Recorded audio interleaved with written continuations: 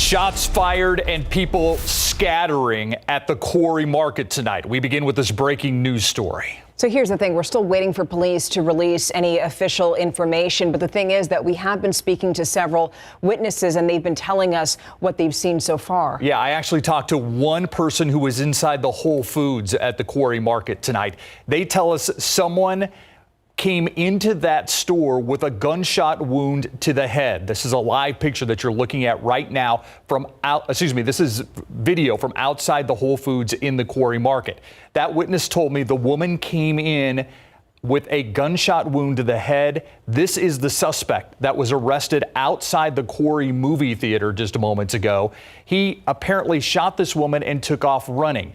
She was getting into her car at the time when she was shot, went into the Whole Foods asking for help. She was talking to the shoppers there about what happened. She told them, according to the witness I talked to, that she did not know the man who shot her, that she picked up a sandwich at the Whole Foods deli, was walking out to her car. That's when she was confronted by this person and shot. She was taken away by ambulance. We know momentarily after that, the shooter took off, the alleged shooter took off running. We do not know where he ended up or how long it took for them to find him, but we do know that he was arrested outside the Quarry Market theater. And there were people inside the theater, inside the Whole Foods, inside many of those stores, inside their own cars, watching this whole thing play out tonight. Yeah, we did see that there was a big scene there with police and all of that stuff. We usually, whenever something like that happens, it does trigger a lockdown and people are asked to shelter in place because there are a lot of questions that police have whenever you have a situation like this. And so we're still trying to find out what's happening with the security situation in that immediate area where this took place. But as you just saw, it seems as if police did arrest a suspect, but we still have a lot more questions about how this investigation is going. And our Patty Santos is at the scene, but she is going to join us in just a few minutes with more. Yeah, but that's the very latest that we know. Yes. Police have not given us an update on this situation right now. When they do, we will bring it to you live. We're also following this breaking news story online at KSAT.com. Be sure to download the KSAT app to get breaking updates right to your phone. Another major marker in this pandemic tonight. Kids as young as 5 years old can now get Pfizer's COVID-19 vaccine.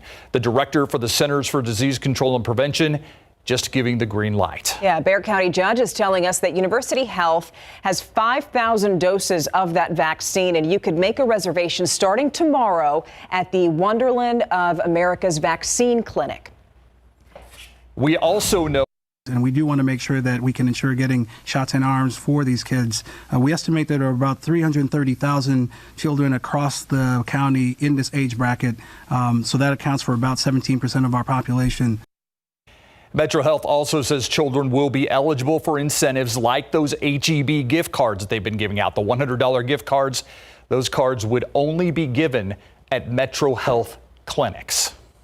Also now to election night, we are getting results from several races, including the runoff for State House District 118. That's Republican John Lujan, who briefly held that seat in 2016. Man, this race has been back and forth all night. He takes on Democrat Frank Ramirez, a former staffer for San Antonio City Council, both trying to fill the seat that another Democrat held, Leo Pacheco. He left that position to work for San Antonio College.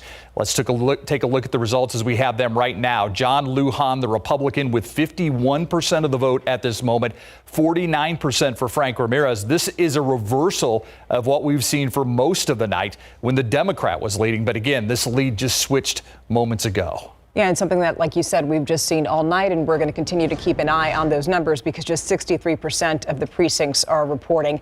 And then we have one state proposition that is significant for military families. We're talking about Prop 8, which would expand eligibility for residential homestead tax exemptions, which would include the spouse of a military member who's been killed in the line of duty. So let's take a look at those results thus far, and it looks like most of you, 88% of you, have approved that proposition.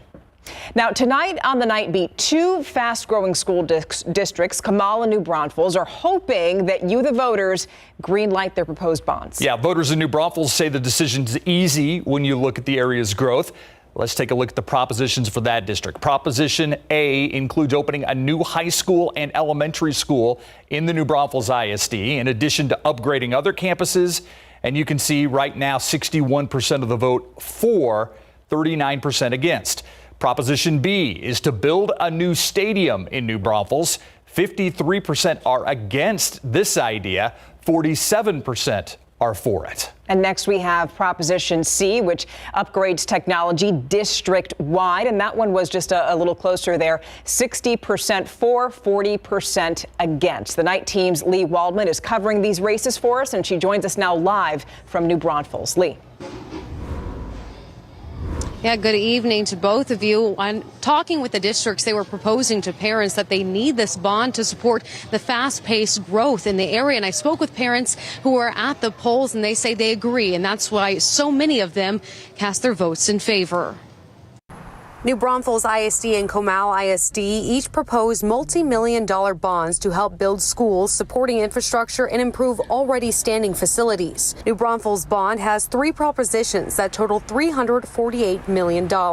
This bond included actually starting phase 2 of opening a second high school and a replacement of our older existing high school, and also expanding some of our facilities at our elementary that are going to be over capacity as early as next fall. She and voters at the polls say the area is bursting at the seams. Kind of feel like we don't have any choice with the growth. You know, there's so many people moving into New Braunfels and Comal County that the people are moving in, you've got to have a school for them. On top of new schools, the New Braunfels bond hopes to improve technology and build a new stadium. I was a little leery concerning the money for the stadiums, but I understand that as well. As we continue to expand, we need to provide resources and places to play for our kids. According to the New Braunfels district website, Proposition A is tied to a 1.5-cent tax increase per $100 valuation of your home for the interest and sinking tax rate. I don't like raising my taxes, but I've got 2 kids and they're in school right now, and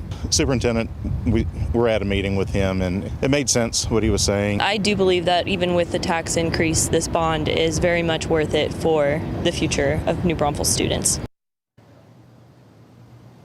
It was also a busy night for Comal ISD. There were 5 propositions on their ballot. One of those propositions proposed a tax raise to increase pay for teachers and other staff. The bond proposals also included money for new schools and buses and so much more. And looking at those numbers tonight, propositions A through E seem to have gotten the green light from voters, with 96% of precincts reporting. Live in New Braunfels, Lee Waldman, KSAT 12 News. Thank you, Lee, and welcome to the KSAT team.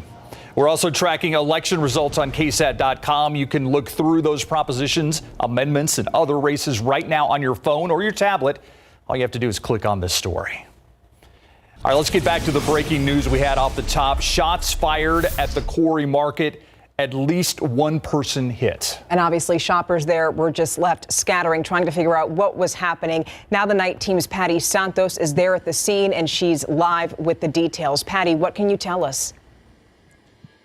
This is an incredible story. Police telling us this was an attempted carjacking, and it involved a vehicle that you see right behind this police cruiser here. Here's what we know so far. Police tell us there was a woman that was visiting this market here when a suspect approached her and shot her in the face. That suspect then took off while people here at the store helped this woman out. Police got here within a few minutes. They were able to arrest the suspect just a few feet away here on the other side of the movie theater here. We got a chance to see the suspect ourselves. It looked like a young man, probably in his mid-20s. He was attended by paramedics and then taken to jail. But this is what the information that they have given us so far. Witnesses also calling us and telling us what they were seeing, saying it was just a very traumatic scene what they were seeing out here. The stores were closing. People were not being allowed in. Take a listen. A girl ran in screaming, help me, help me. And I couldn't really see her at the time, but then they came and told us everyone needed to leave. And by that time, we found out that she had been shot in the head. Very gruesome details that the police provided, but the good thing that they tell us is that that woman is still alive. She was taken to a nearby hospital, and we're going to continue to gather more information here. But again, this all started as an attempted carjacking. The suspect is under arrest, and that woman is being treated right now. We'll send it back to you. And we certainly hope that she does make it through, but it is very promising that she is doing well. Patty, thank you so much for that live update. Thank you, Patty. Let's switch gears now. Yeah, we're getting a cold front, folks. Yep. We have a system that's moving slowly through Texas tonight. We're getting a live look right here outside of our city. So we are getting colder temperatures. And the question is exactly how much colder is it going to get? What kind of cold are we talking about? Yeah, and timing. Yeah. Yes. Two huge factors here. Okay, we will have jacket weather for an entire day behind this cold front. That comes on Thursday. Tomorrow's going to be the gradual transition day. So you see the cooler temperatures off to the north right now. When we're talking 48 Abilene, 45 in Midland, even 38 now in Amarillo and nearby Guyman, Oklahoma, 37. Meanwhile, around here, we're still in the 70s in a good portion of the KSAT 12 viewing area. The big takeaway for tomorrow, temperature-wise, is that it's going to be warmer in the morning than it will be in the afternoon. You'll need the jacket later in the day, getting off the bus after school, more so than you will earlier in the day. We're also going to have some off and on showers and thunderstorms. We're going to talk more about that, time it out for you, talk about the futurecast and how much cooler it's going to get on Thursday behind this coming up. Steph? All right, I like the advice. The sweater for later on in the day. Thank you. Now, still ahead on the Nightbeat, a 4-year-old boy in San Antonio shot, and it was believed that he wouldn't be able to walk again. But you know what? Tonight, we're so happy to tell you that his condition is improving, and we are going to speak with Romeo Aguilar's mom up next on the Nightbeat.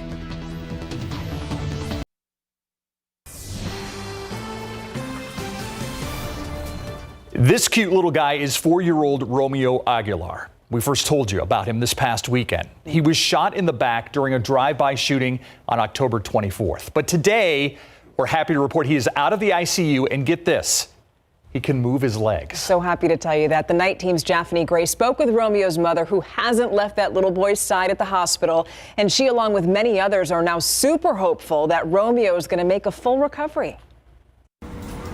Yeah, he really moved his right leg. Yesterday, he twitched the left leg. He thinks that the pixie dust is working for him. Pixie dust coming from this magic wand that Rosella Aguilar tells her son is giving him special powers to heal. 4-year-old Romeo was shot in his spinal cord 2 weeks ago in a drive-by shooting while in the back seat of a car on Woodville Drive. He was visiting his grandfather. Since then, Romeo has made more progress than what doctors predicted. They told Rosella that he would never walk again. I know it's a miracle coming. I'm just waiting for it to happen. As of today, with faith, love, and a little imagination, Romeo is now out of the ICU and is in the planning stages of physical therapy. That is special news to neighbors living along Woodville. Because the suspects are still at large, neighbors who spoke with us asked not to be identified for fear of retaliation. But it didn't stop them from airing their frustrations about something this violent happening on what they say is a peaceful street. I said, it's dumb people, grown-ups acting like that, and it's always the little innocent children that get hurt. Both neighbors say they were caught off guard by the shooting. Like rattling, you know. And I said, oh no, I said, it's a drive-by. And then I heard her screaming, saying, he's been shot. So I went out back to see what was going on, and that's when I heard a kid cry out. Like many, they say that they prayed for the kid they're used to seeing play around his grandfather's yard. And to keep his spirits up, Romeo has gotten many visitors, like this police officer who gave him a special coin. He thinks it's like his badge to catch the bad guys. I do believe, even if he's not walking out of here, it's gonna be progress, you hear me? So I'm not giving up on my little man. Romeo still has a long road of recovery ahead of him. In the meantime, San Antonio police are still actively searching for the suspect responsible for this crime. At this time, they haven't released a description of the suspect or the suspect's vehicle, but if you have any information, you're urged to call SAPD. Japhanie Gray, KSAT 12 News. Romeo, we're rooting for you. We are cheering you on, buddy. All right, live cam outside, 71 degrees. It's really funny to look at a state map and see temperatures to the north. And the big drop.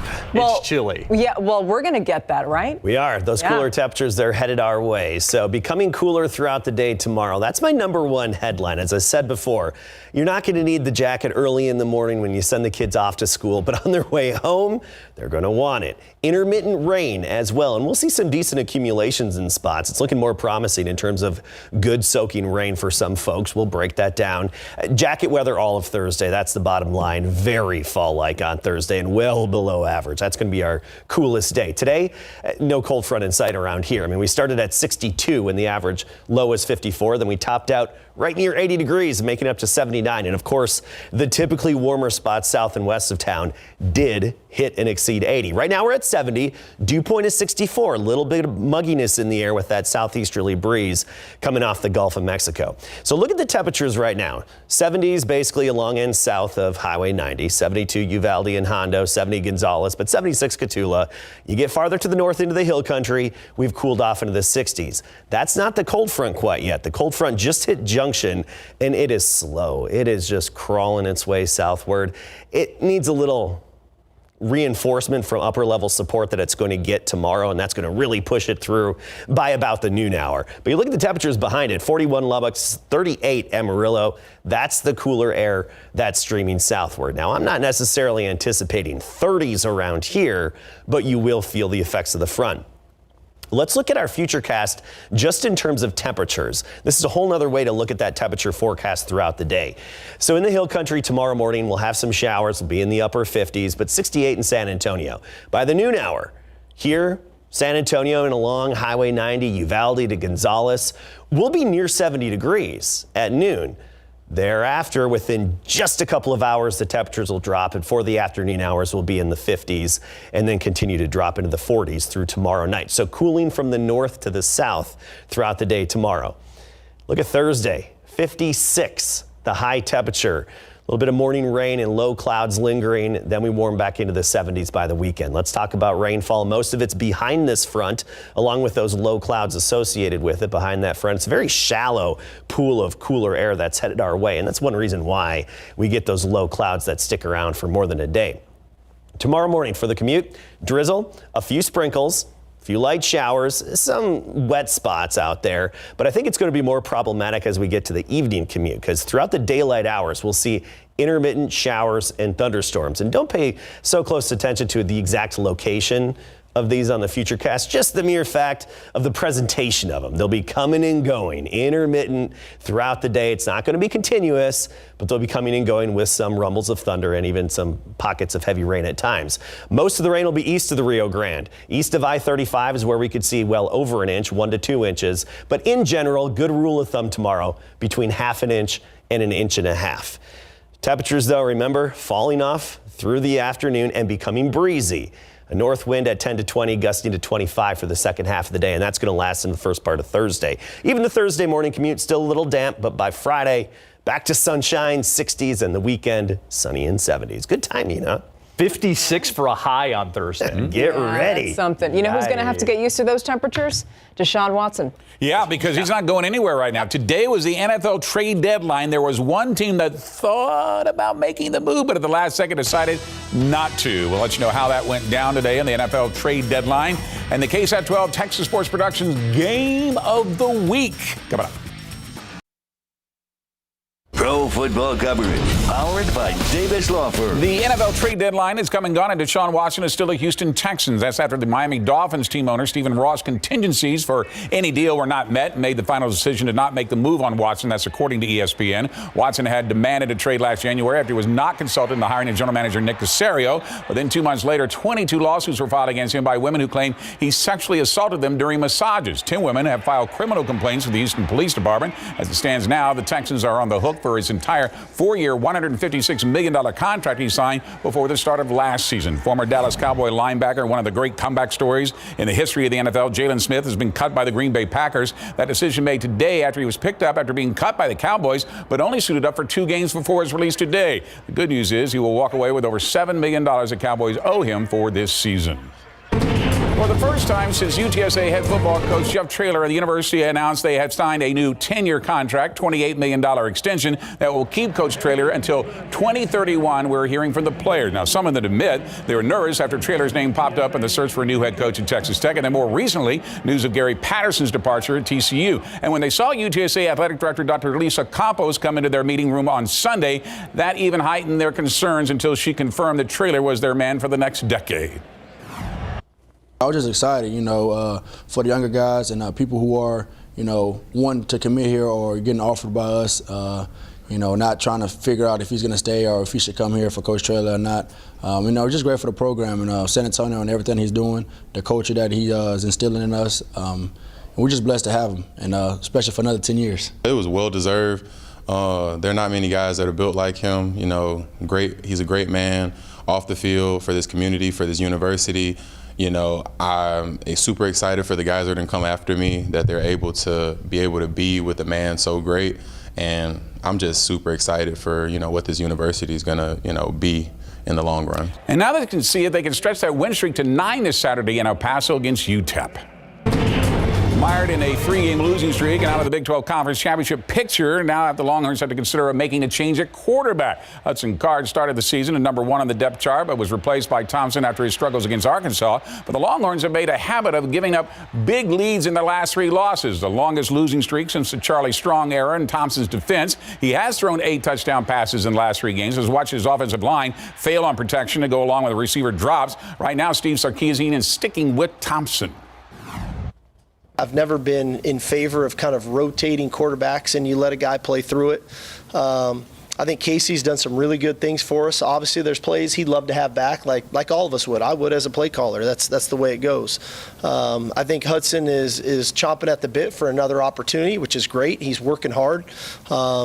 And we'll see as we move forward if that opportunity presents itself to him. All right, Thompson will start Saturday against Iowa State on the road at 6:30. Doesn't mean he's going to finish. The KSAT 12 Texas Sports Production Game of the Week next.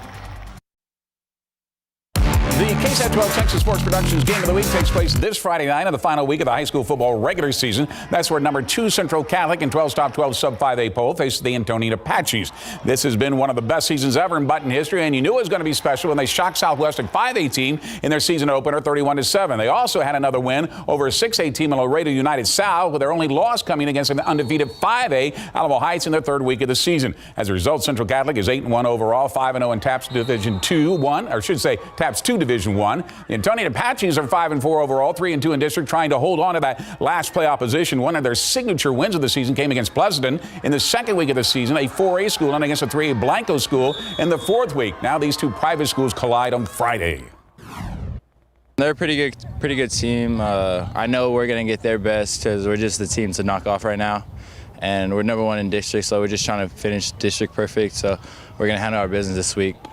They have everything to lose and we have nothing to lose, so that's a factor. And then being home, it's another huge factor, and it should be a great game. I'm really excited. All right, kickoff at Antonina set for 7 p.m. on Friday, and you can watch a game live on KSAT 12.2 over the air. Volleyball playoffs tonight. Madison taking on Smithson Downey, the Class 6A bi-district round at Steele. This one goes to a 5th set. Madison surges ahead. Senior Riley Davis catches the defense off guard with a dump shot, 7-2 Mavs. And then on match point, Brianna Johnson rises from the block at the net. Madison's defense comes alive down the stretch. They complete a comeback to win and advance 3-2.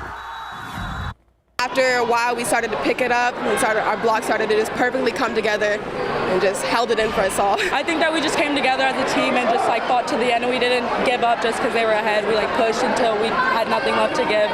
All right, see more later on KSAT.com. Let's take a look at the World Series score. The Astros are just about eliminated. They're 2 outs away, 7-0 Braves to wrap it up tonight in Game 6 of the World Series. It was a good run. Yeah. Thanks, Greg. You got it. We'll be right back. All right, now we're going to go back to that breaking news and give you a live picture from that Whole Foods in the Quarry. Yeah, that's where San Antonio police say a man tried to carjack a woman right outside the front door and shot her in the head. That woman is in the hospital. Police say she was talking to them. Officers caught up with that suspect and arrested him near the movie theater. We'll continue to follow this on KSAT.com and GMSA. All right, have a great night. Thanks for choosing us.